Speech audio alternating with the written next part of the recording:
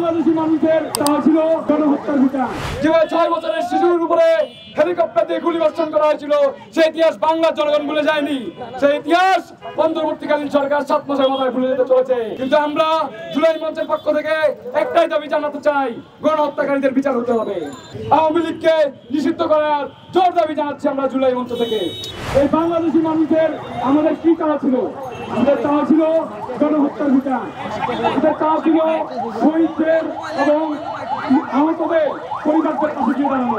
কিন্তু আমরা দেখেছি যারা শহীদ হয়েছে, যারা আহত হয়েছে, তাদের উপর যে নির্মমতা, সেই নির্মমতার বিচার হয়নি। এই বিচার অবশ্যই সর্বপ্রথম হওয়ার ছিল, কিন্তু আজ 7 মাস পেরিয়ে গিয়েছে, আমরা এখনো বিচারের কোনো নমুনা দেখতে পাচ্ছি না, বিচারের কোনো হদিশ পাওয়া যাচ্ছে না। আমরা জানি 626 জনের ব্যাপারে যে কথা চলছে, সেই 626 জন কার শেল্টারে আছে, এইটা জনগণকে জবাব দিতে হবে। আরো আমরা বলতে চাই, বাংলার মানুষ 7 মাসের মধ্যে কিভাবে ঘুমিয়ে পড়তে পারে, কিভাবে অন্তর্বর্তীকালীন সরকার ক্ষমতার গতিতে বসে ভুলে যেতে পারে যে এদেশের মানুষের বুকে স্নাইপার দিয়ে কিভাবে গুলি চালানো হয়েছিল, যেভাবে 6 বছরের শিশুর উপরে হেলিকপ্টার দিয়ে গুলি বর্ষণ করা হয়েছিল, সেই ইতিহাস বাংলার জনগণ ভুলে যায়নি। সেই ইতিহাস অন্তর্বর্তীকালীন সরকার 7 মাসের মাথায় ভুলে যেতে চলেছে। কিন্তু আমরা জুলাই মঞ্চের পক্ষ থেকে একটাই দাবি জানাতে চাই, গণহত্যাকারীদের বিচার হতে হবে।